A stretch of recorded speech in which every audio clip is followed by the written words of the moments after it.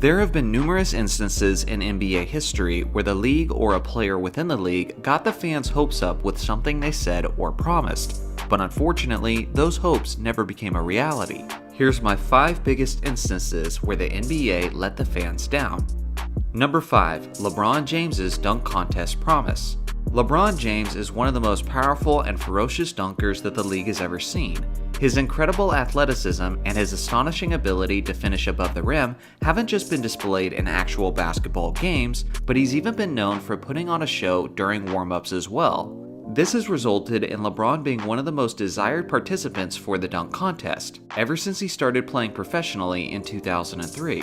Well, in 2009, the NBA was especially struggling to create interest for the NBA's dunk contest, and was desperate to relive the glory days, where some of the greatest players in the world competed. So in the middle of the 2009 dunk contest, Cheryl Miller interviewed LeBron and asked him point blank if he was planning on participating in the dunk contest the following season. And LeBron said the following.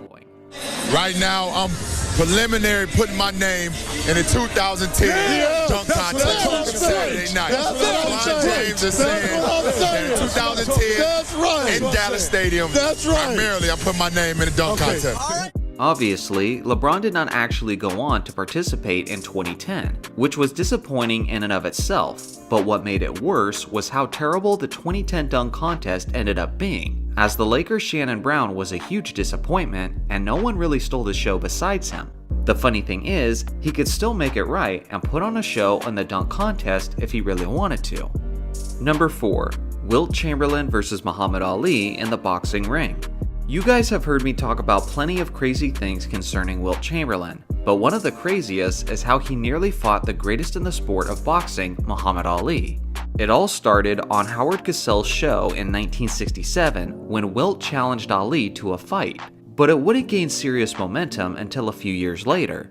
Even at a time when media wasn't nearly what it is today, there was a ton of coverage about this possible fight, as both potential competitors were doing a tremendous amount of trash talking leading up to the event, which was scheduled to be at Madison Square Garden. Although Wilt would be out of his element, he did certainly have the physical advantages, as he was 7 foot 1 inches tall, weighing about 275 pounds, and he had a 92-inch reach, compared to Ali, who was 6 foot 3 inches tall, weighed about 210 pounds, and had a 78-inch reach. When asked for a prediction on the fight, Ali responded with just one word: Jumbo!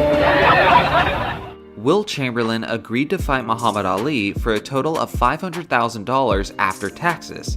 But when the time came to sign the papers and make it official, the contract said that Chamberlain would be getting $500,000 before taxes. Wilt, being upset about this, decided to decline the fight. Ali was insistent upon making it work, so he said he would equally split the purse of $1.5 million with Chamberlain, but Wilt refused that too.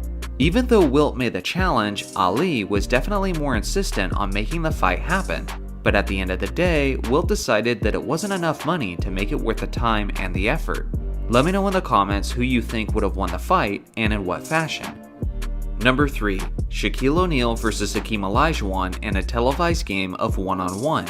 In 1995, Shaq and Hakeem were at the center of the debate for the title of the best big man in the entire NBA. But Hakeem basically squashed that debate as soon as the NBA Finals were played in June. It was between Shaq's Magic and Hakeem's Rockets, but it was hardly a contest as the Rockets swept the Magic in just 4 games.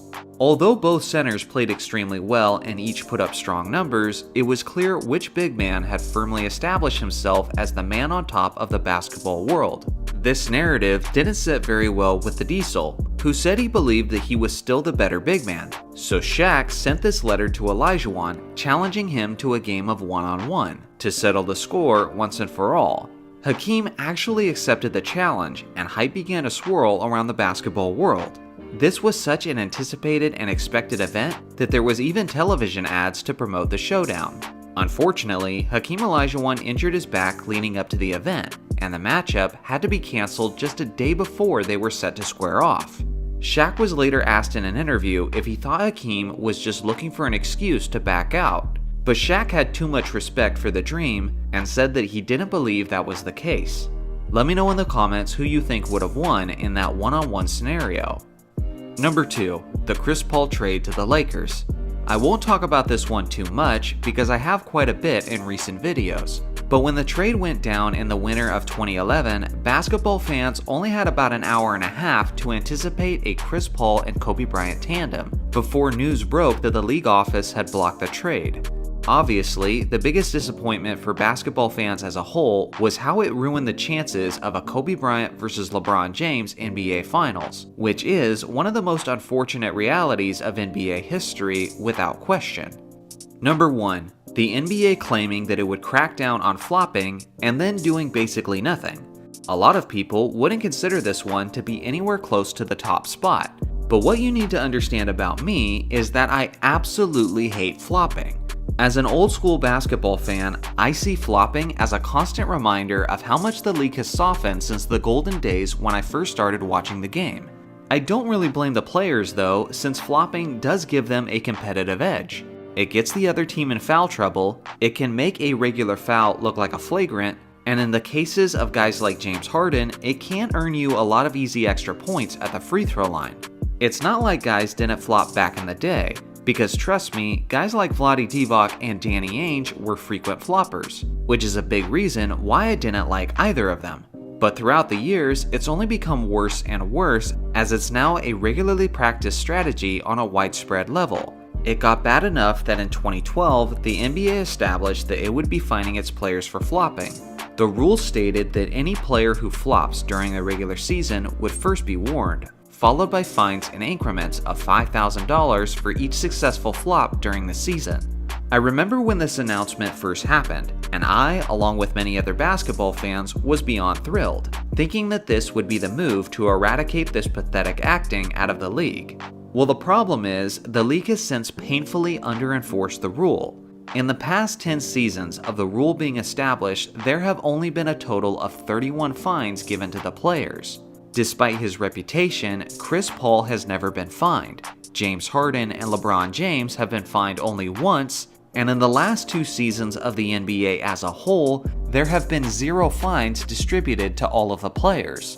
And a lot of these flops that I've been showing on screen took place in the last 2 seasons. So again, it's not mainly the players' fault, but the league office for refusing to enforce the rules like they're serious about it.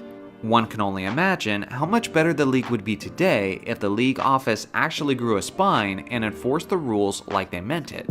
So now it's your turn. Which one of these scenarios would you have liked to see play out? I look forward to hearing your thoughts in the comments section below. Thanks for watching as always, make sure to like and subscribe for more basketball content, and I'll see you guys in the next video.